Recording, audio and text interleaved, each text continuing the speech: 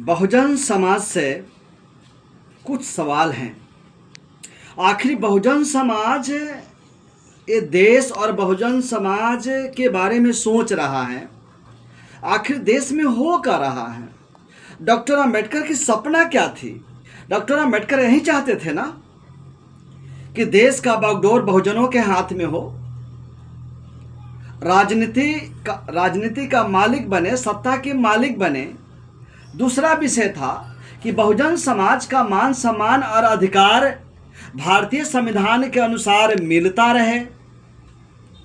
तीसरा, जो ये बहुजन समाज जो अंधविश्वास में डूबा पड़ा है, भयंकर डूबा पड़ा है, और ये हालत है बहुजन समाज का जो आज से 50 साल पहले का हालत था। आज़ादी के बाद बहुजन समाज में बदलाव आया था। नेता बने, मंत्री बने, मुख्यमंत्री बने, एमएलए बने, अधिकारी बने, और सबकी तरक्की हो रही थी, और अंधविश्वास से बहुत दूर निकल गया था बहुजन समाज। मुक्ति हो चुकी थी। लेकिन आज जो देश में जो चल रहा है, जातिवाद चरम सीमा पर, अंधविश्वास की मार्केटिंग खूब किए जा रहे हैं, भगवानवाद बढ़ा है। पहले का इंसान, आज से 50 साल पहले का इंसान ठीक है, कोई किसी गॉड को मानता है, कुछ भी करता है, लेकिन इतना हलचल नहीं था भगवानों के नाम से। ठीक है, कोई बुद्ध की बात करता है, कोई रामकृष्ण की बात करता है, कोई गुरु नानक जी की बात करता है, कोई अल्लाह की बात करता है, कोई ईसा की बात करता है। कोई बात होती भी नहीं थी, केवल मानते थे लोग। लेकिन जब से एक गॉड का मार्केटिंग होने लगा, खासकर में हिंदू गॉड का मार्केटिंग होने लगा, तो क्रिया के बराबर प्रतिक्रिया होता है, तो न्यून टालना है। तो दूसरे भी धर्म के लोगों में आया कि अच्छा तुम हाहाकार मचाओगे तो हमारा भी कोई आराध्य है, हमारा भी गॉड है। आखिर इस तरह की मार्केटिंग से देश का व्यवस्था बिगड़ा, समाज में अशांति बढ़ी, घृणा भेदभाव बढ़े, धार्मिक उन्माद बढ़े। ये समस्या है। क्लियर है? अब आते हैं थोड़ा सा इतिहास में। बाबा साहब का सपना को पूरा करने के लिए तमाम नेता है, भारतीय समाज में बहुजन नेता है। शुरू करते हैं मानवर कांसीराम जी से। तो बाबा साहब अंबेडकर के बाद मानवर कांसीराम जी का तो कार्य योजना समझ में आता है कि देश में बहुजन समाज में सामाजिक क्रांति हुआ और राजनीतिक भी क्रांति हुआ, जिसका देन है कि हमें आर्थिक भी कुछ क्रांति हुआ। वहां तक तो समझ में आ रहा है। लेकिन उसके बाद क्या हुआ, चाहे कांसीराम के साथी हो या कांसीराम जी से अलग कोई संगठन बना के काम करता हो, जितने भी नेता आप देख रहे हैं मार्केट में हैं, जितने भी नेता हैं, बहन मायावती जी हैं, चंद्रशेखर आजाद जी हैं, आपका और भी बहुजन नेता हैं, प्रकाश राव अंबेडकर हैं, उदित राज जी हैं, बामन मिश्राम जी हैं, राजरतन जी हैं, रामदास ठावले जी हैं। कौन किस पार्टी में है, चर्चा इस पर मैं नहीं कर रहा हूँ। मैं तो ये कह रहा हूँ कि मानवर कांसीराम जी के बाद बहुत सारे, लगभग 1 दर्जन नेता जो राष्ट्रीय नेता के रूप में उभरे, और सबने शुरुआत जबरदस्त किया। बहन मायावती जी ने एक अद्भुत काम किया। लखनऊ में महापुरुषों की स्मारक बना करके, प्रतिमा लगा करके, चूंकि उनके मन में आया होगा कि भाई औरों का जब चलता है, महापुरुषों का बहुतेरे मूर्ति है, राजनीतिक नेता हो या उनके महापुरुष हैं, लेकिन हमारे महापुरुषों को भी होना चाहिए। और एक इतिहास बनाया। अब देश को लग रहा था कि अब बहन जी देश को प्रधानमंत्री बनने ही वाली है, बनने ही वाले। जो वो सामाजिक क्रांति मानवर कांशीराम ने किया था वो फैल चुका था जबरदस्त देश में। इतनी गलती कहाँ से होती गई? 1-1 बस 1-1 सो बहन जी ने अपने पार्टी को व्यक्तिगत बना लिया। ये जो तमाम जो बहुजन नेता इधर उधर है, डॉक्टर उदित राज जी भी जाना चाहते थे, उस पर भी बहन जी बैरियर लगाया। स्वामी प्रसाद मौर्य आपके सामने दिख रहे हैं, अभी वहीं पे अगल बगल है। एक मध्य प्रदेश के बहुत बड़े नेता थे बरैया जी, यानी कि मानवर कांशीराम जी का जो लक्ष्य था उसको डैमेज किया बहन जी ने। अकेले कुछ नहीं होता है, बस वो खुद नेता रहे और दूसरे को उन्होंने स्थापित नहीं किया, गिरावट शुरू हो गया। अनभक्त किसी भी नेता का या पार्टी का अनभक्त बुरा ना माने। आप विचार करिए, इस समय में किसी दल और किसी नेता, एक नेता के मैं नहीं हूं, हाँ बहुजन समाज के सभी नेताओं को आदर करता हूं कि कहीं ना कहीं इन लोगों ने अपने जीवन में कुछ ना कुछ किया और बड़े लेवल पर किया, लेकिन खराब भी इन्होंने ही कर। आज के परिवेश में ये हमारे दुश्मन भी यही साबित हो रहे हैं बहुजन नेता। आगे बताऊंगा आपको, चलिए 1 by 1 कर रहा हूं। यानी कांशीराम जी के बाद जो 3rd नंबर मिलना चाहिए नहीं मिला, किसी को नहीं मिला। ना बहन जी को मिला, ना उदित राज जी को मिला, ना बामन मेश्राम जी को मिला, ना बाबा साहब के जो पोता हैं, जो वंशज हैं, उन किसी ने, राज रत्न ने, प्रकाश राव अम्बेडकर ने, किसी ने नहीं लिया, ना ही रामदास ठाकुर ने लिया। एक बहुजन नेता ने 3rd लेवल की कैटेगरी में फिलहाल नहीं है। ये बहुजन समाज विचार करे, चूंकि ये सबकी अपनी अपनी कहीं ना कहीं निजी स्वार्थ हुआ। आप इस संगठन का अपनी अपनी बपौती बनाया इन लोगों ने, तभी तो नुकसान है भाई। जब कोई भी बड़ा पेड़ होगा, बरगद का पेड़ हो या कोई पीपल का पेड़ हो या कोई पेड़ हो, बड़ा जब पेड़ होगा और जब उसको डाली को काटते जाएंगे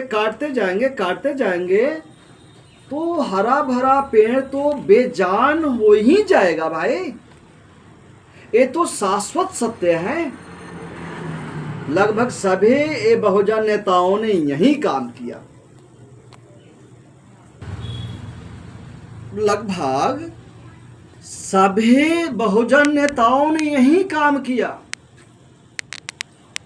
4 दिन की बनी है पार्टी चंद्रशेखर आजाद की।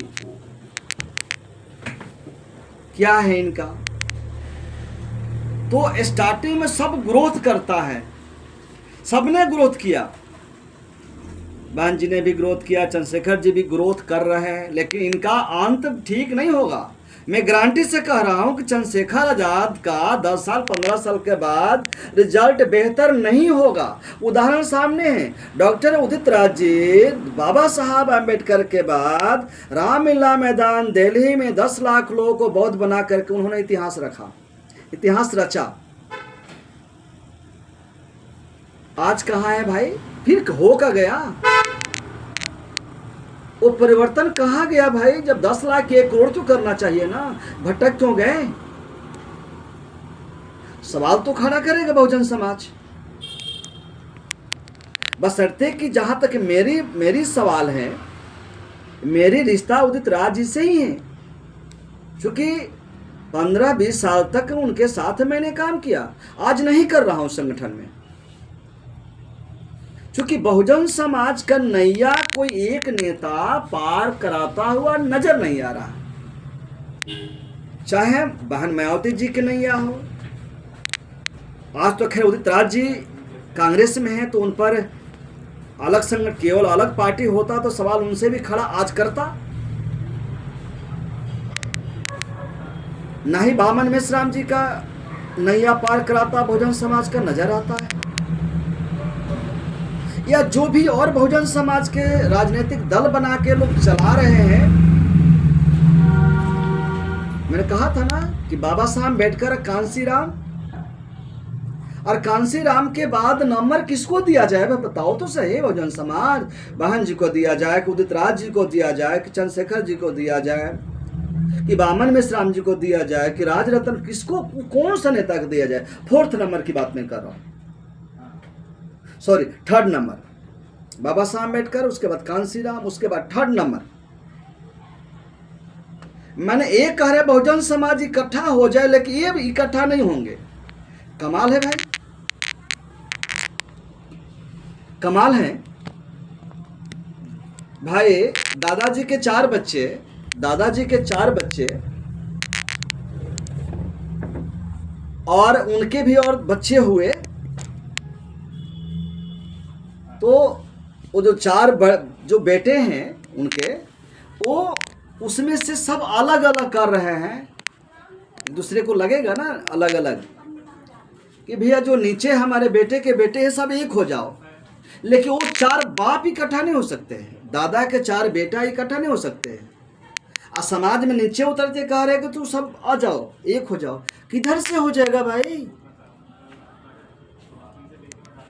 ये सारे बहुजन नेता कर रहे हैं, सब बहुजन, ये बीजेपी ये कर रही है, ये कर रही है, आरक्षण का सत्यानाश कर रही है, अपराध बढ़ रहा है, पता ना जातिवाद बढ़ रहा है, उग्र उग्र समस्या बढ़ रहा है, रिजर्वेशन को समाप्त किया जाता है, दलितों के ऊपर जुल्म हो रहा है, ऐसा हो रहा है, वैसा हो रहा है। और मेरे संगठन के नीचे, मेरे पार्टी में आ जाओ, ये सारे बहुजन नेता हम रक्षा करेंगे। थोड़ा बहुत कर भी रहे, उसे क्या होता है भाई? सपना देखा था दिल्ली के सिंहासन पर बैठने का, सपना देखा था बाबा साहब अम्बेडकर ने कि आगामी हमारे आने वाले, हमारे भविष्य, हमारा जनरेशन इस मुल्क पर राज करेगा, और सभी जाति धर्मों को मिला करके चलने की बात करेगा, सबकी समानता की बात करेगा, जातिवाद से, भारत से जातिवाद से तमूल नाश किया जाएगा, वगैरह। इसके लिए आया था। भटक किधर गए भाई? तो तुम एक नहीं होंगे, चले बहुजन समाज को इकट्ठा करने के लिए, किधर से कर लोगे? तुम्हारी आवाज में दम कितनी है? अगर तुम 4-5 इकट्ठा हो जाते तो शायद भारत में डोगी नहीं डंका बजता, और भारत में मूलभूत सामाजिक परिवर्तन होता, और राजनीतिक भी परिवर्तन होता, सिंहासन के मालिक होते। लेकिन तीसरा नंबर आज के दौर में किसका है, इसको सुनना बहुत ही जरूरी है आपको। क्योंकि बार बार मैंने सवाल किया कि बाबा साहब अम्बेडकर, कांसीराम जी के बाद 3 नंबर में किसको दिया जाए? सबकी अपनी अपनी समझ हो सकती है भाई, लेकिन देश में जो खेल हो रहा है संविधान बचाने का और संविधान विरोधी, ये और आगे चलने वाला है, आपके सामने हो रहा है, देख रहे हैं ना।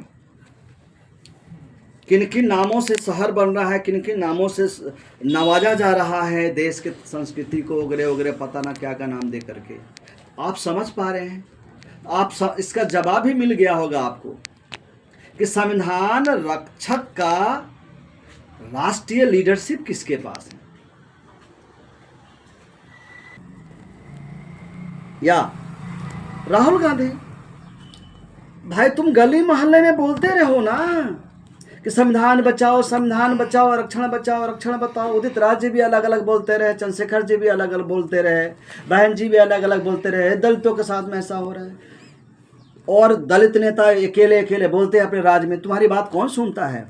डंके की चोट पे राहुल गांधी कह रहे हैं, उनकी आवाज में ज्यादा दम है। राष्ट्रीय और अंतर्राष्ट्रीय, नेशनल और इंटरनेशनल लेवल पर राहुल गांधी एक आवाज बने हुए हैं कि संविधान खतरे में है। तो हमें उनकी लीडरशिप को स्वीकार करना चाहिए। कांग्रेस में जा करके या बाहर से आप अपने संगठन या अपने पार्टी से सहयोग करो। जब देश में लड़ाई जब दो विचारधारा के बीच में है, संविधान रक्षक और संविधान विरोधी, तो कहीं तो खड़ा हो भाई। आप बहुजन समाज को गुमराह कर रहे हैं। गांव गांव नगर नगर मीटिंग सभा करके गुमराह क्या कर लोगे तुम? क्या औकात है आपकी? कोई खास औकात नहीं है आपकी। औकात होती, फिर रिपीट कर रहा हूं, जब सारे बहुजन नेता एक हो जाते तो फिर आपके सामने होता कि अब देखते हैं कौन मेरे साथ आ रहा है, कौन मेरे साथ आ रहा है। तो राहुल गांधी से पर सवाल खड़ा होता है ना भाई, कि बहुजन नेतृत्व में दम है, संविधान बचाने की बात करता है। राहुल गांधी हमें सपोर्ट कर रहे हैं कि नहीं कर रहे, कांग्रेस हमें समर्थन कर रही कि नहीं कर रही। लेकिन बड़ा चेहरा, बड़ा नाम, बड़ा विजन जब राहुल जी के पास है तो आपको जाना चाहिए, आपको सहयोग करना चाहिए, संविधान बचाना चाहिए। और नहीं तो धीरे धीरे अगर इस बार आप चूक गए, नेशनल लीडरशिप को ईमानदारी से आपने समय और साथ नहीं दिया, तो अपनी अपनी डफली, अपनी अपनी राग झुनझुना बजाते रहो गली मोहल्लों में, उतने में खुश रहो कि हम बाबा साहब की नेक कमाई को बचा रहे हैं, बाबा साहब को मिशन को बचा रहे हैं। खुश रहो, इससे क्या होता है। फिर मिलेंगे आपको अगले वीडियो में। बहुजन समाज में चेतना काफ़ी है, और नहीं तो एक समय आ रहा है जो एक ग्रेड वाले बहुजन नेता है ना, इनको छटनी करेंगे। जो उनके बाद का जो सेकेंड लाइन का लीडरशिप है, वो घर में बैठे बैठे घुटन सी महसूस कर रहा है। वो समय कब आएगा? वो समय आएगा।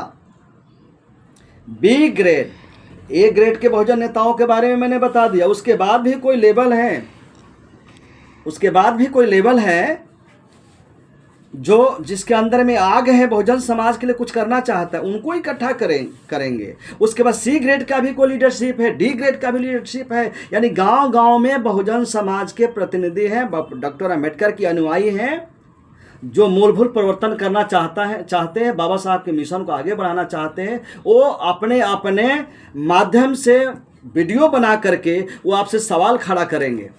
ये सत्य है, इकट्ठा हो जाओ, नहीं तो मैदान छोड़ के भाग जाओ। धन्यवाद।